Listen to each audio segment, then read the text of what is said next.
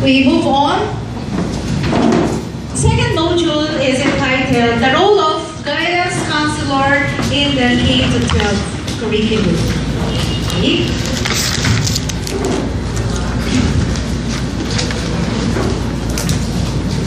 Let me just give you a background regarding this career guidance advocacy that we have. So the question here is, how do we prepare our students to learn, to work, and live with each other in the 21st century? Looking at the three terms here, learn, work, and live. These are the three pillars of education under the United Nations. Okay? So, just to give you a background, the Philippines continue to combat poverty. One of the strategies that the country has adopted is to place education as its top priority in order to continue developing globally competitive workforce. In this context, technical and vocational education and training is a cornerstone. This is very true. We make use of education as a means of moving up the ladder. Sabi nila, sana, ano ba yun? I would always remember parents who would say, maski magsanla tayo ng lupa, magbenta ng kalabaw, no? Para lang makapag-aral. Okay? So we give importance to education. But then still, poverty is a problem. No? And if you look at the composition of the Philippine society, no? Ang mga Pilipino ang mahihirap. Sino yung mga mayayaman? Yung mga hindi Pilipino. It's very true. Sino pang hindi Pilipino dito? Lalo yung mga kapatid nating maliit ang mata, pero lagi kita. No? Okay. Maybe because that despite this education that our children earn, poverty is still a problem. Marami pa rin nagre-reklamo na mahirap. Ito raw yung sagot, sabi ng isang life coach. It is because of the upbringing of the children that we give. And ito ang sabi raw ng mga magulang na Pilipino. I don't know if you have heard this also once. Aral ikaw mabuti, anak. Aral ikaw mabuti, anak, para tayo ikaw ganda negosyo. Sabi ng Chinese. So, meron silang this line of thinking to become an employer, a businessman. But for Filipinos, it's the other way around. Mag-aral kang mabuti, anak, para makahanap ka ng magandang trabaho. No? So, ang line of thinking ng Pilipino, maging empleyado. Okay? Sino ba ang yumayaman? Ang kapitalista. Even entrepreneurs, they become rich. So, what do these Chinese people have that we do not have? Hindi ko tatanungin si Dr. Barata. I acknowledge the presence of Dr. Barata, and I'm not throwing the question to him, otherwise he would end up until 12 o'clock talking about the Chinese people, which I know he admires most. Am I correct, Sir Barata? Hello, sir. Good morning po. Yeah. So, we continue.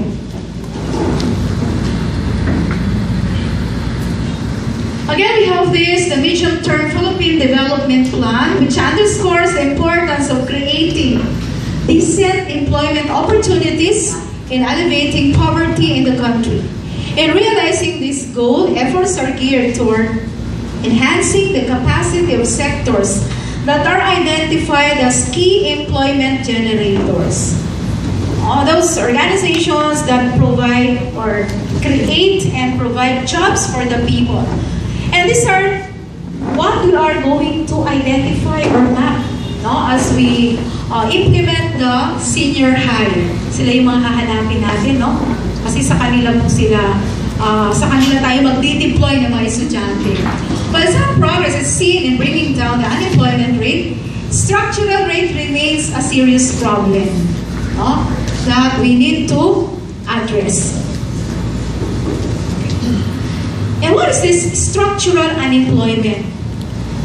Okay. This is one of the concepts that we learn in economics when it comes to unemployment.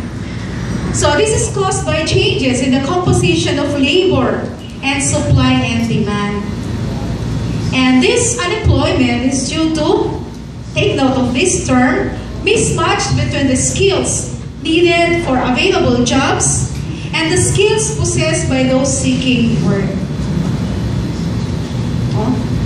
So this means to say that the skills of our graduates are not needed by the employers. And according to Dole, sa mga job fair, marami pong mga available jobs. Thousands of jobs. Pero marami pong, kukunti po ang nagka-qualify. So, halimbawa, 1,000 or more, around 10% would only qualify from among the applicants. So, that is because of mismatch. Okay. And another one is geographic mismatch. This refers to the availability of jobs, no, per region.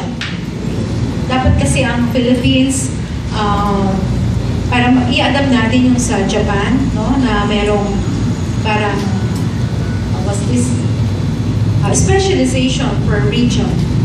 Wherein people also in that region would specialize in the skills needed by these entrepreneurs or job providers. So that is according to the Career Counseling Manual in 2008 released by UP Diliman. Okay. Another cause of this mismatch is the oversubscribed courses with an excess in the number of graduates who have difficulty penetrating the labor market. Ano ba itong mga oversubscribed courses? Okay. As identified by CHED, meron sila mga priority courses wherein we need more graduates in these courses. So ito yung mga pinupondohan nila. Is education one of the priority courses of CHED? Yes. Computer courses still. And those courses that are offered or funded by DOST. Okay. Underemployment, which ensures when graduates are constrained to accept employment, which neither needs their specialization nor provide the remuneration appropriate to their qualifications. So what is this underemployment? You're a graduate of nursing and then you work as a call center agent. There's nothing wrong about this. Marangal na trabaho po ito, but then you were not prepared to be a call center agent. But why are you in this work? It is because it may be a scarcity of jobs available in your field. Okay. So, nagkakaroon ng underemployment. Kumakain tayo araw-araw, so kailangan din nagtatrabaho araw-araw. So, yun ang sasabihin nila. So, even if the job available is not in line with their specialization or preparation in college, sige lang, basta may trabaho. Makaahon sa hirap. Okay?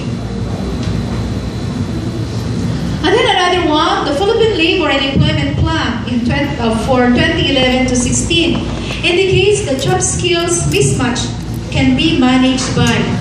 So these are the solutions given by this by Dole. Promoting better coordination between employers, the academe, and the government. And CHED is doing this in partnership with employers. Strengthening both public and private labor markets, especially at the local level, and who prescribes for the enhancement of human capital through education or training. And take note of the last, revision of career advocacy as part of reform policy or employment facilitation. Pag-uusapan po natin itong career advocacy. Okay. So, approaches to bridge the gap between what should be, and the present condition or the scenario.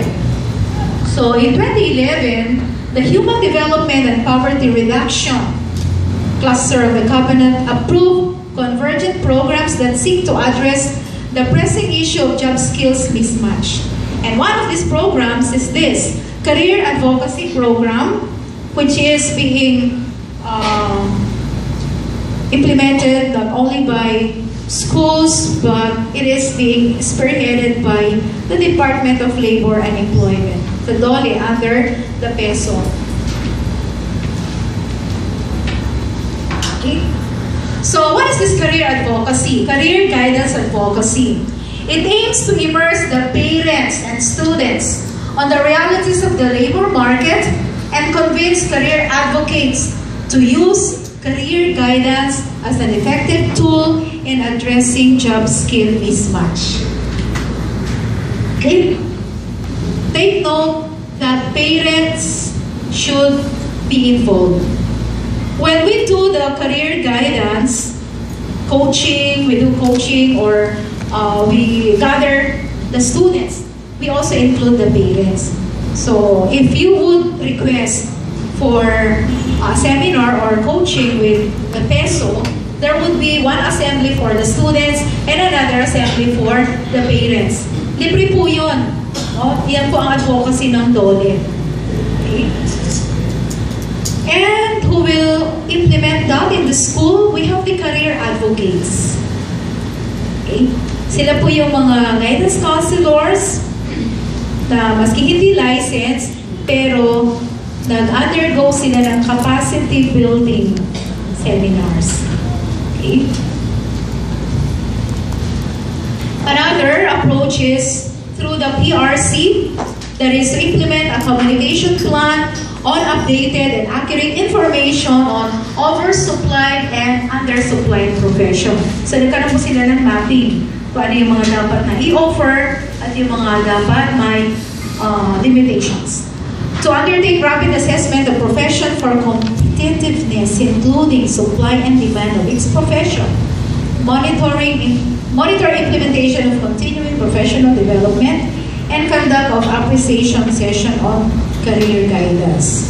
And that's through the PRC. Another, ito nga sa DOLE, last year, there was a capacity building seminar for the guidance counselors of Tarlac Province. So, provide capacity building of partners and actively participate in the conduct of career orientation sessions. So, ang gusto nila lahat ng mga schools mag-conduct ng career coaching. Not only tertiary, but even in the basic education. Minsan sila pa po ang nagbibigay ng free snacks. No? And even if you don't give them honoraria for the speakers, it's because it is their advocacy. Monitor the activities of the network of registered guidance counselors and career guidance advocates. So, gusto nga nila lahat po mag-implement itong career guidance suite. And actually, at DepEd, it is department order. Ginagawa po ito annually. Another is TESDA, tasked to conduct job bridging activities in the region and CHED. Okay? Launch a series of initiatives designed to address the mismatch through programs to direct course preference from oversubscribed courses. Kaya yung mga oversubscribed courses, ang alam ko merong moratorium. No? Okay. Identified po yung mga priority courses. Okay. So one of the objectives of the activities is geared through aggressive career guidance for graduates of high school and the first to second year college students. Okay, so this advocacy will promote guidance and counseling profession, including other courses that are in demand and market responsive through the mainstream and other forms of media. Conduct regionalized career guidance with information please. So meron pong ibang organization na mga guidance counselors, specifically career counselors, yung Career Counselors Network. Okay. And then, of course, the DepEd will conduct massive advocacy campaign on the Enhanced Basic Education Program, including career exploration and orientation. Orient the parents and guardians on the revitalized homeroom guidance program in high school, occupational interest inventory, and the National Career Aptitude Exam, Career Assessment Exam, the NCAE.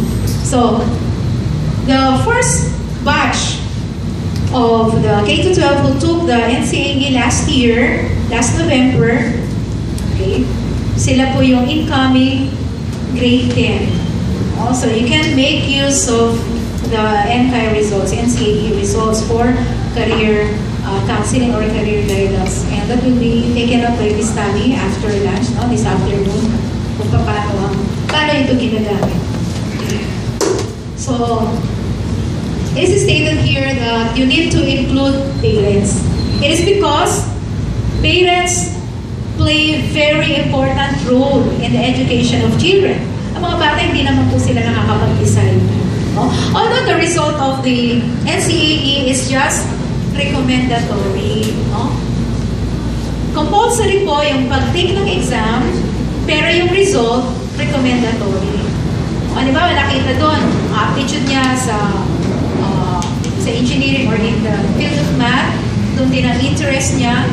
Pag ayaw ng magulang, no? Wala magagawa bata. So, recommendatory po yun. Okay. So, with these scenarios, asan po tayo as guidance counselors? Ano na yung role natin na gagampanan dyan sa K-12? This is very controversial.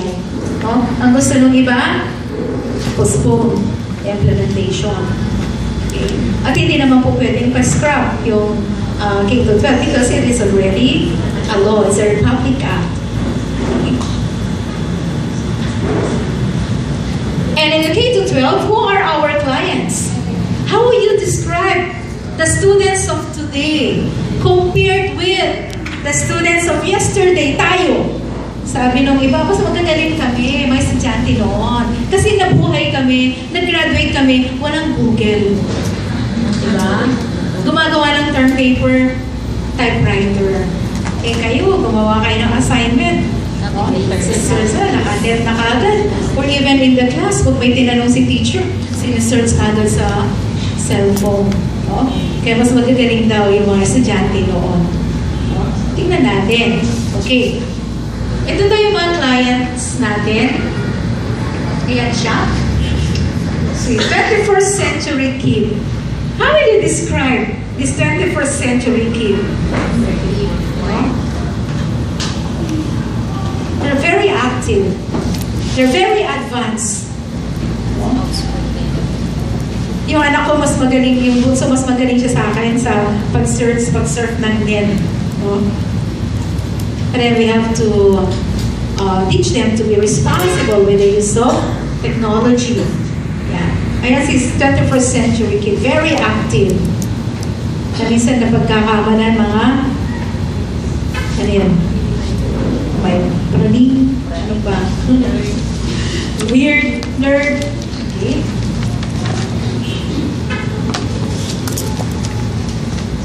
And these clients would be needing these skills. No? Okay, ayan. For those who have undergone a lot of seminars about K-12, alam niyo po ito, no? Mga 21st century skills needed by our students. According to Dr. Quijano, graduates of the K-12 should be holistically developed Filipinos with these 21st century skills and are prepared for higher education, for those who will be going to college, middle-level skills development and employment, and entrepreneurship. They must acquire mastery of the basic competencies, be emotionally mature, be socially aware, proactive, involved in public and civic affairs, be adequately prepared for the world of work or entrepreneurship or higher education, be legally employable with potential for better earning, and take note, in number 6, they should be globally competitive. Especially now that 2015 is the beginning of the ASEAN integration. What are the opportunities and challenges ahead of us? Imagine with the member countries who will be, ano ba yung economic implication nito? Economic and social implications of the ASEAN integration. Pwede na silang mag-apply sa mga available jobs sa Pilipinas. So that means there is very high competition. No? Makakasama na natin, makakalaban na natin, no, sa labor market ang mga foreigners. Likewise, our people can also go abroad and apply. Yes. And that would be another problem. Siyempre, yung mga magagaling, sila ang makakahire sa labas. So, we would end up having this brain drain.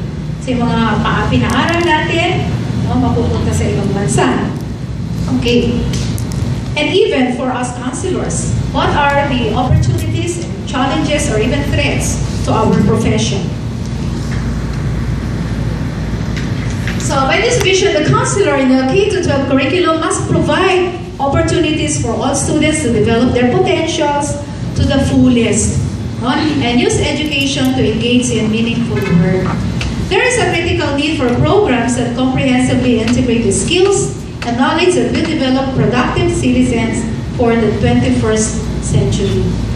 It is also time to integrate programs that acknowledges and facilitates the interaction between the academics and effective needs of the students. Take note of this. So I keep on telling our students in the Prop-Ed, dito kasi po sa OCIAS, we offer professional education subjects for those who are not graduates of education and would like to teach. No? Kasi attractive daw po ang trabaho po for teachers ngayon. So they take up 18 units to qualify them for the licensure exam. No? Sa DEL. I keep on telling the students that when they teach or when they educate the children, they should not neglect the heart. No? Sabi ko, a true teacher educates the minds and the hearts of the students. In short, pagsamahin po natin si IQ at saka si EQ. You know, there are a lot of students who did well in high school or even in college. Yung iba, even graduate with honors. But they are not very successful. Hindi sila ganun ka-successful. Bakit? Naiiwan po si EQ. No? Yun namang iba, sabi niya, oh, gold lang yan sa klase na na. No? Siya yung kumbaga sa ranking, pinakahuli. Pero bakit ang yaman niya ngayon? No? Well, is it luck? Destiny? Or meron silang EQ at meron pang IQ? Okay. Comprehensive development guidance and counseling programs that deliver learning to all students. Ito yung challenge dito, no? We need too much. The 21st century skills with that of our clients.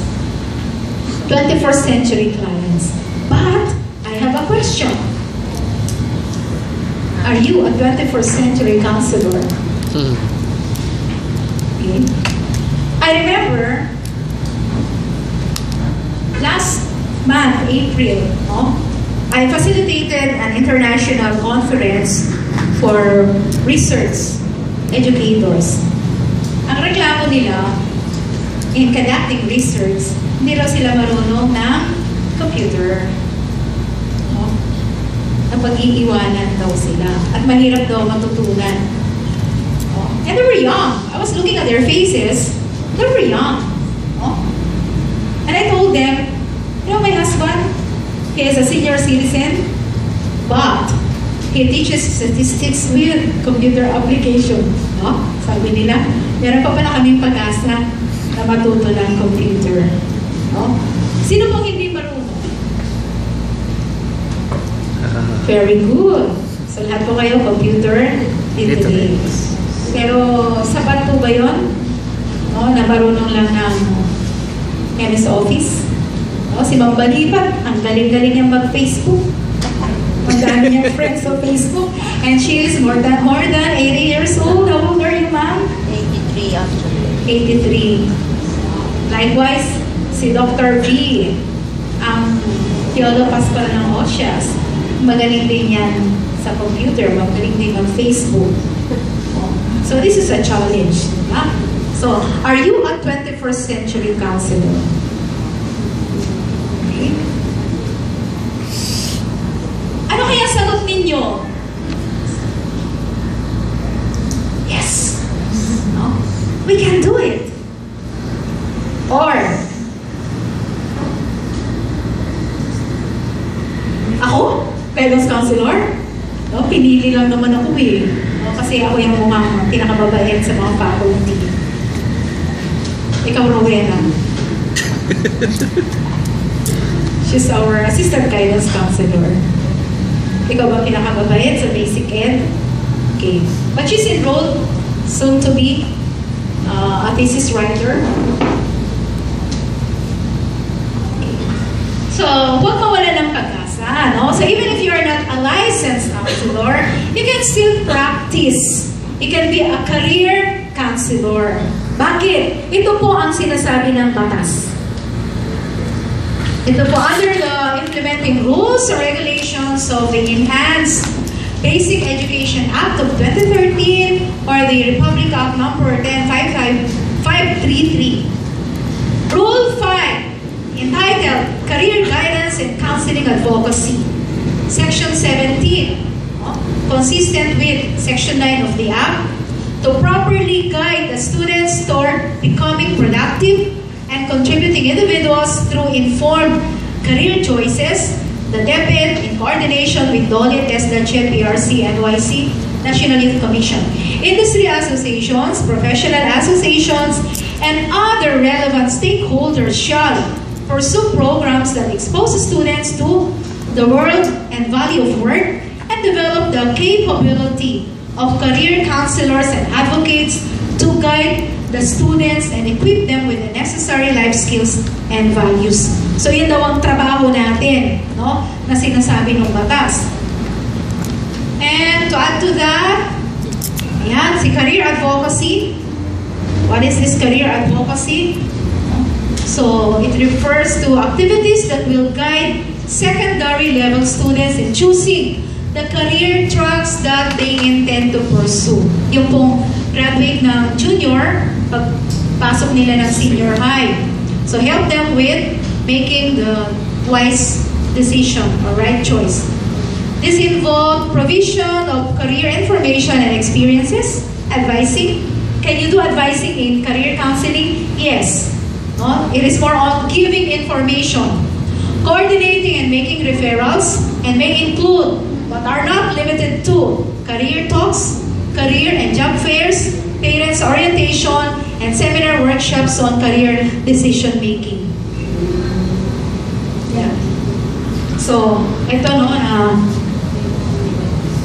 career advocates shall be allowed. Underline po, no? Career advocates shall be allowed to conduct career advocacy activities for secondary level students of the schools where they are currently employed. So, pwede po kayong lahat, no, maging career counselors. Provided, by condition po, you will undergo appropriate capacity building programs developed and implemented by the DepEd in coordination with Vid1, Vid1, PRC, NYC, student organizations, and the like. So, pwede po. Ayan. So, what is this program? Yung career advocacy program. That would lead to a positive climate and environment for learning that is collaboratively and intentionally nurtured. Its presence is felt in every aspect of the educational institution.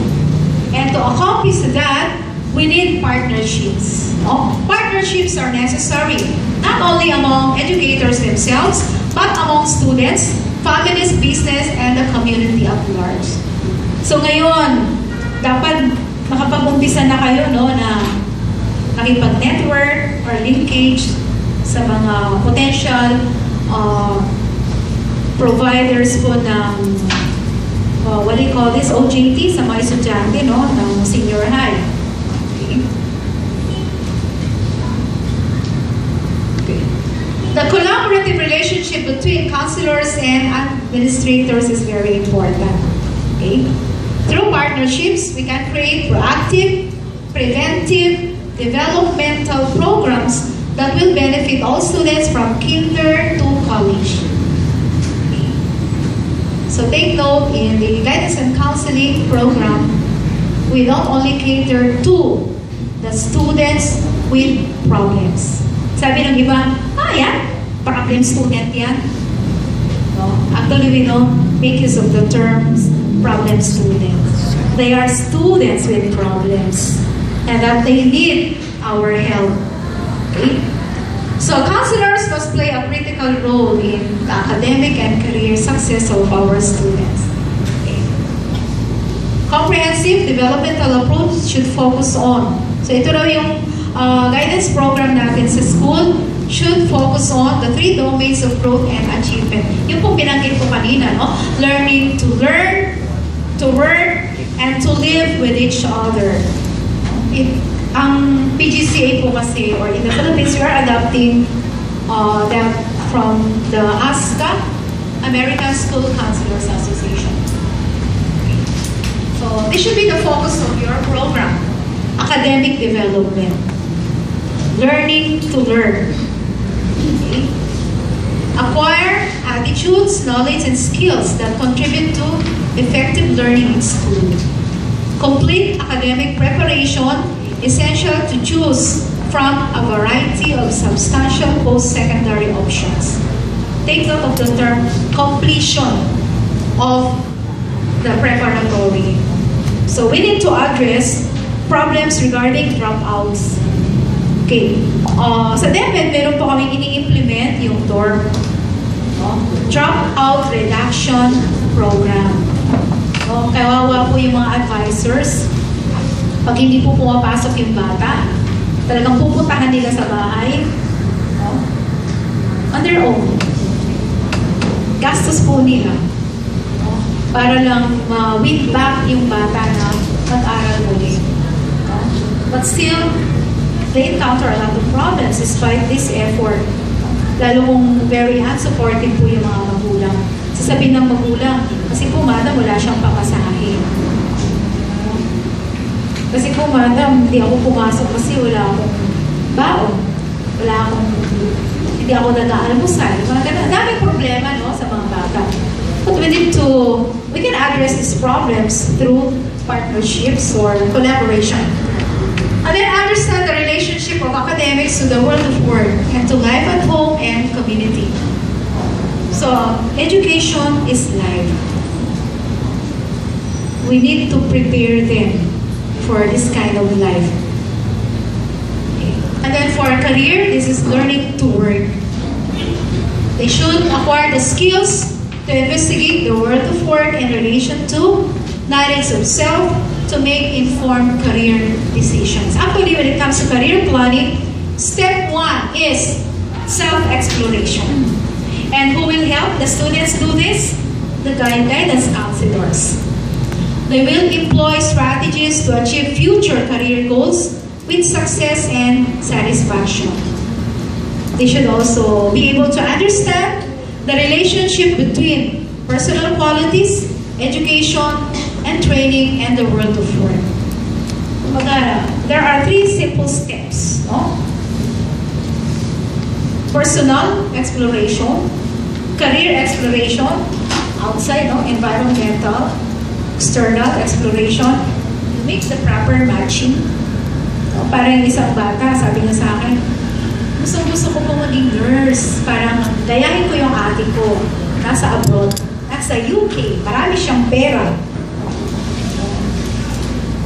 What does it take to be a nurse, a competent nurse? As I went through the profile of the student, parati siya inaatake ng hika. No? So, pwede ba siya maging nurse? Inaatake siya madalas ng hika. So, career counseling is very much needed here. Okay. And then the last, learning to live with each other. No? This is more on personal and social development. So students or pupils need to acquire attitudes, knowledge, and interpersonal skills to help them understand and respect self and others. Very aggressive po ang mga schools ngayon when it comes to the implementation of the Anti-Bullying Act. Bagong batas po ito. Another, we also have the Child Protection Policy. These are just new. But this rule of life is not new. No? It falls under human rights. So they should also be able to make decisions, set goals, and take appropriate action to achieve goals. And now they will understand safety and survival skills. No? Safety and survival skills.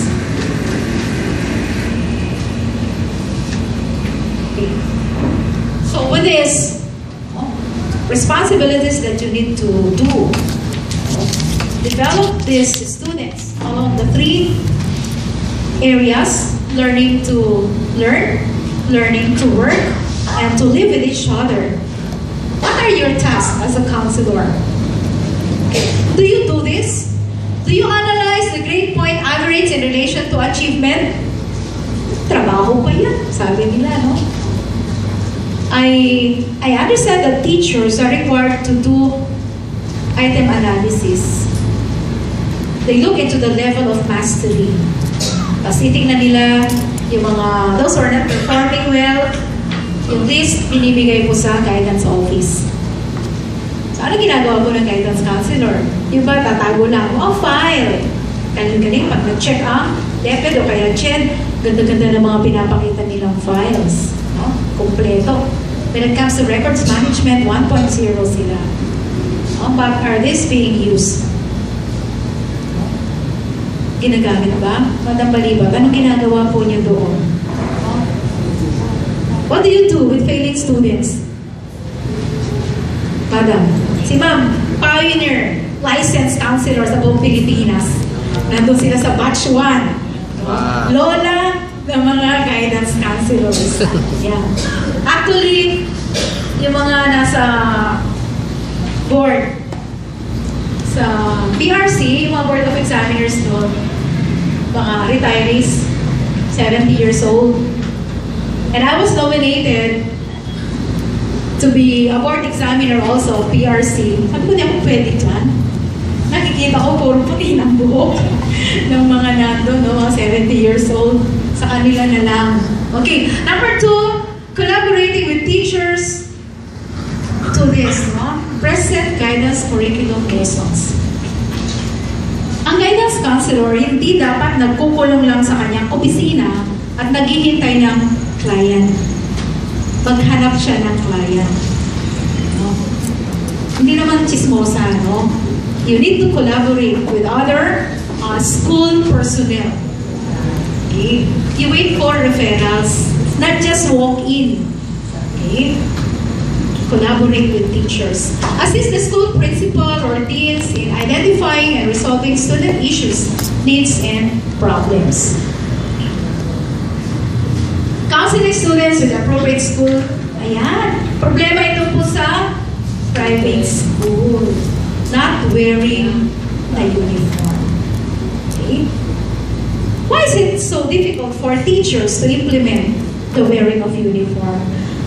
I know, sa gate pa lang, meron ng bantay, di ba? So, pwede po bang hindi papasukin ang batang hindi naka-uniform? Ang batang hindi naka-ID? Trabaho po ba yun ng guidance counselor? Hindi po. Ang guidance counselor po, hindi po siya gwardiya na nag-check na uniform at ID. No? Trabaho po ng guard yun. Ano naman ang concern ng guidance counselor? Counseling. For what reason? Violating school policies or rules. Doon po siya papasok. Hindi siya yung guardian. Okay? Counseling students with excessive tardiness or absenteeism. Yun. So, meron po yung monthly report. Di po ba? Okay. Dati rin, ang guidance counselor opisina niya para sa mga estudyante na late, kukuha ng admission slip. No? Para sa mga nag-absent, pinapakuha ng admission slip, excuse slip. Hindi rin po trabaho ng guidance counselor yun. Ayon sa bagong batas. Kaninong trabaho? Sa discipline officer. So, okay. Saan papasok si counselor? Counseling. No? You can do group counseling, group session. No? For students with common problems. Ito po yung susunod, no? Counseling students with disciplinary problems. Kaya nga sabi ko, hindi pwedeng guidance counselor and discipline officer at the same time. Babatukan mo, hihimasin mo ang estudyante, mahirap po yun. No? So, a discipline officer or designate discipline officer. For big universities or colleges, they have one officer, no? Prefect of discipline. Just like at Don Bosco, no? Meron po, Tami. But, sa inyo po rin, meron po. Makikita si father, si sister, nanginginig na siguro yung estudyante, no? What about for small schools? Maybe a discipline officer may just be a designate and deloaded from his subjects. Okay. Ganun din po ang sa amin sa DEPE sa Tarlac High before when I was there. So, yung mga discipline officers, sila po yung mga values education teachers. Okay. So, ang role din po ng counselor dito for counseling. Interpret cognitive, aptitude, and achievement test. Okay. So, this is under the testing program.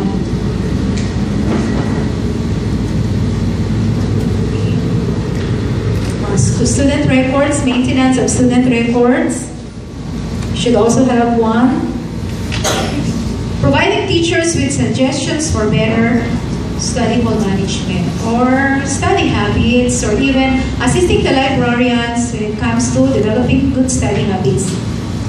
Other activities, conducting conferences with parents on their children's concerns. Meron pong program ito, no? Yung in-service training para sa mga parents.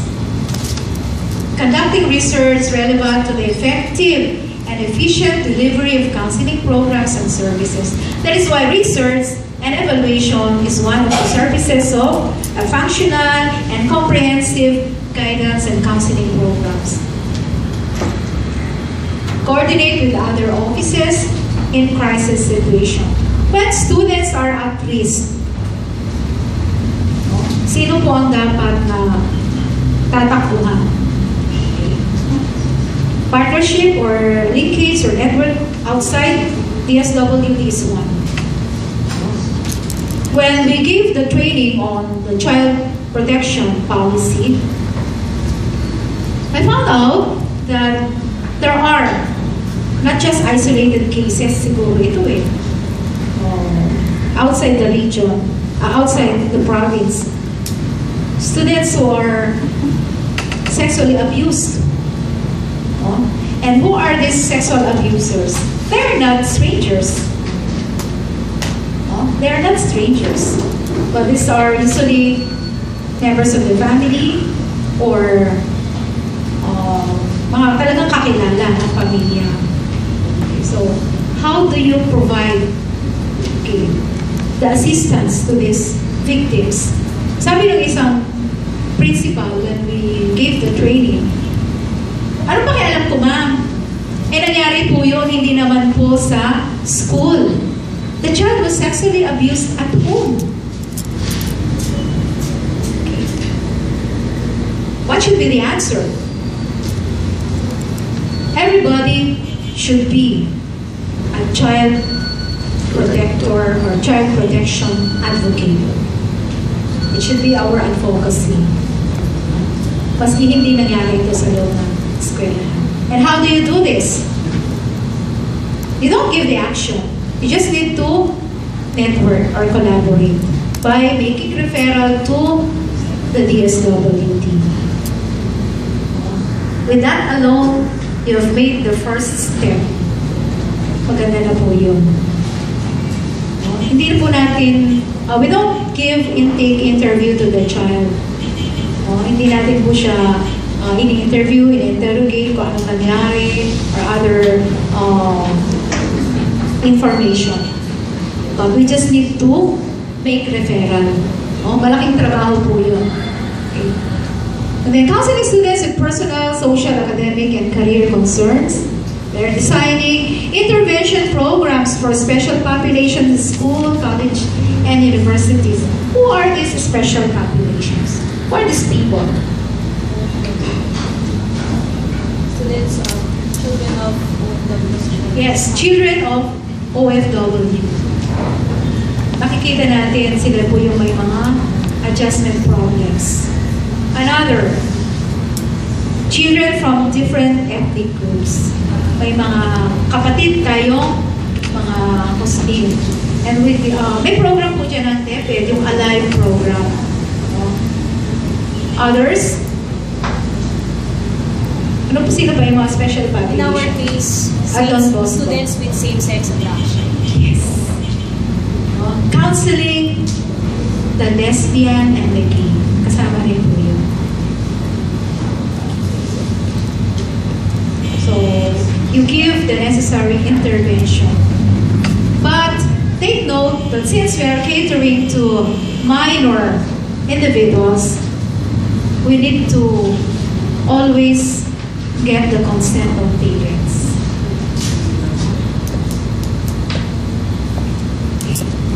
Facilitating student decision-making for shifting to other courses. So this applies to tertiary. Bakit nga ba nagsishift sila ng course? Bakit nga ba they call themselves as international students? Palipat-lipat ng course or even lilipat ng school. Saan po ang naging problema? From the start, sabi ko, there should be career planning. Pagpasok pa lang ng bata, start na ang career planning. Career development. Okay. Networking with various sectors in the community to enhance delivery of guidance and counseling programs and services. For example, you would want to give a seminar on career coaching. Andyan ang DOLE or PESO. Andyan din ang DSWD. Okay. On security, PNP can also provide you with seminars. Organizing for parents, teachers, and students relevant to their needs.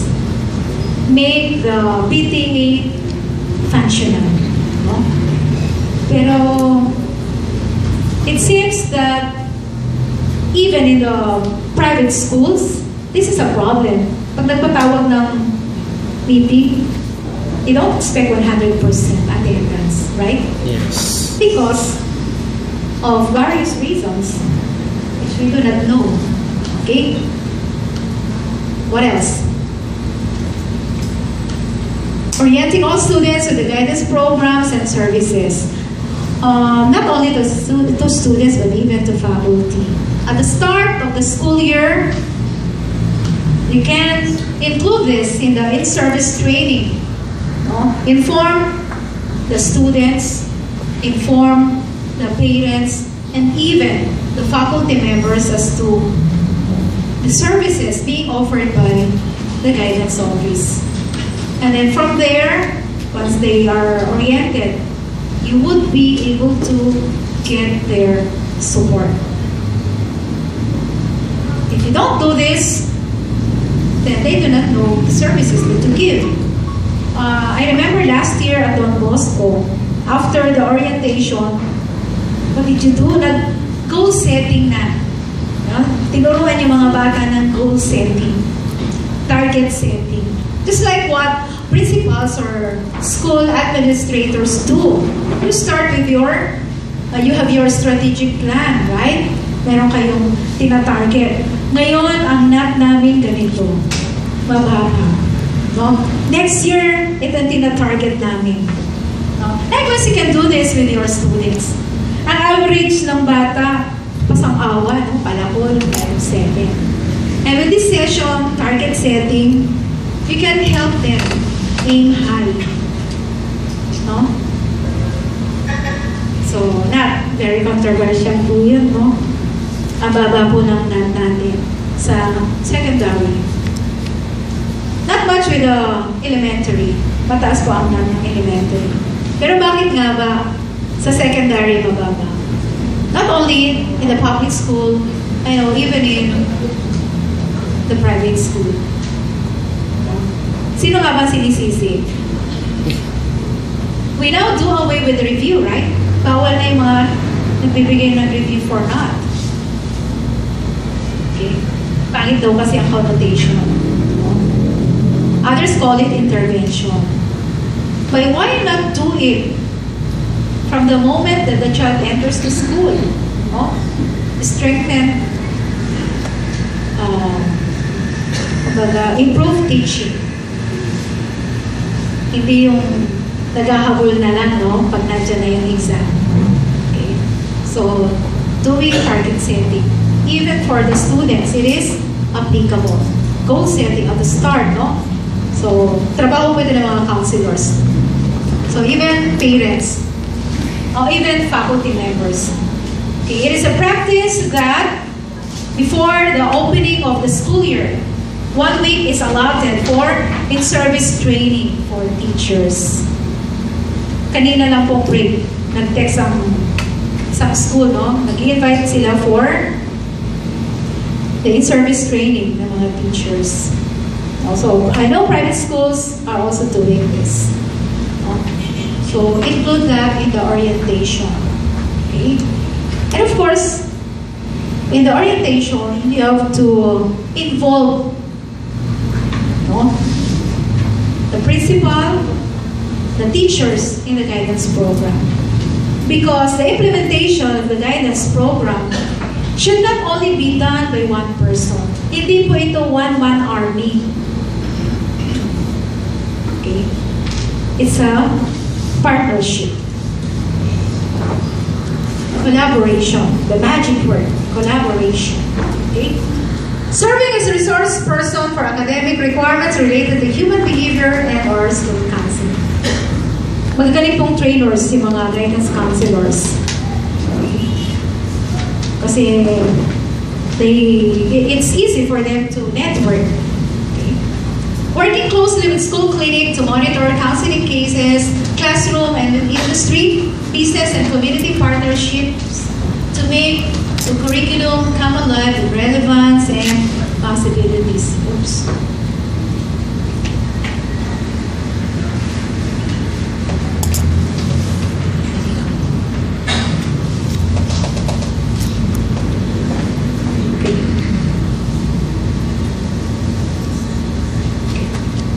So, under the K-12, and in the 21st century, we need to do a paradigm shifting.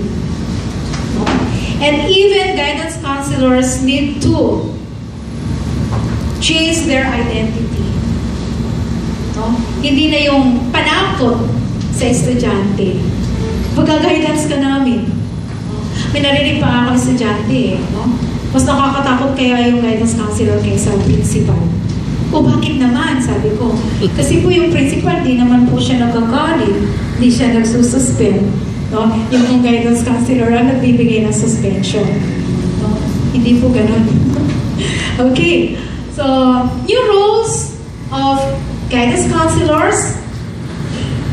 Role of the school counselor in career development is critical in promoting careers in various fields. No? Especially with the K-12, no? So offering ng senior high. Career education must not be separated from the academic curriculum. The norm should include teachers, take note, include teachers and counselors as collaborators who work together in the classroom and with industry, business, and community partnerships to make the curriculum come alive with relevance and possibilities. No?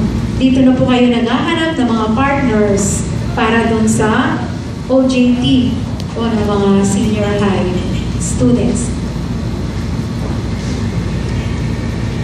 Fostering career education involves a unified effort from classroom teachers, administrators, parents, and staff.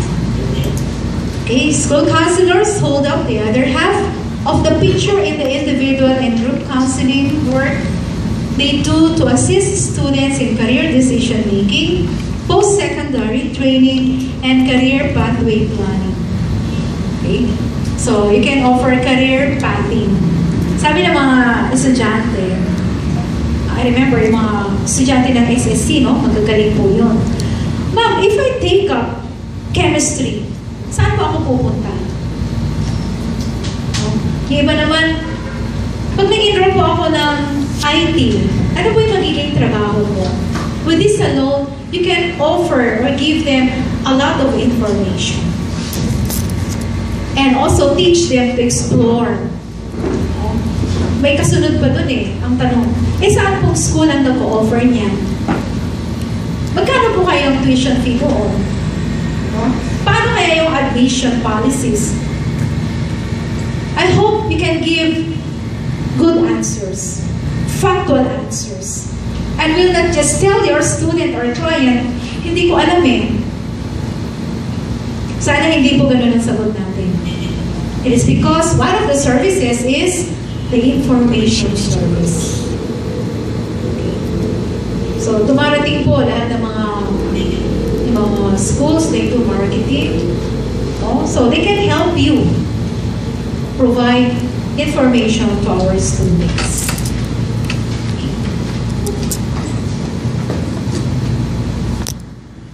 Career pathing. Madali lang pag sinabi ng estudyante, gusto mo maging teacher. Madali lang pong tignan ang career path ng teacher. Okay. Pero po sa DepEd, pati mga teachers namin, nagpapa-career pathing. Ma'am, ano po maganda sa akin? No? Bagay ko ba mag-principal? O mananatiling teacher na lang ako, master teacher. Okay, MT. Okay. Need to redefine the role of school counselors. Traditional role must change. Yan. Na hindi na panakot ng bata. And that perception that when a student is being sent to the guidance office, may kasalanan siya. Hindi po maganda yun. Na guidance, kasi tinutukso po yung mga batang galing na guidance office. Na guidance siya. That is tantamount to say, may kasalanan siya. Guidance. Guidance program or guidance service should not just be curative. Hindi lang po tayo magsuserve sa mga estudyante na may problema. Curative people. Rather, it should also be preventive. Paano? Okay? Just like giving orientations to students regarding bullying, anti-bullying. When they're aware of this law and they're also aware of their rights, then that could help in the prevention of problems in the future. Di po ba? Okay. So it should be curative, preventive, and developmental. No? You don't only cater to the needs of the first year students. Not only for fourth year because you're already graduating, but from first year to fourth year, there should be follow-up. Mahirap po talagang trabaho ito. Especially if you're alone. At ang ratio ay hindi 1:1,000, 1:500. No? Sabi ko nga sa inyo, ako nga, 1:7,000. Plus we are also serving annex orientation para sa NKI or not. Okay. Resulting to, totaling to 10,000 students. Okay?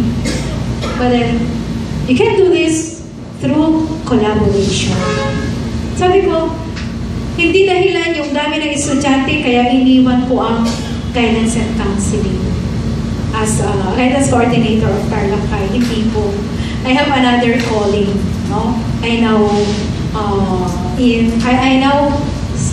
hold or head the planning and research unit of the division of Tarlac City. Pero mahal na mahal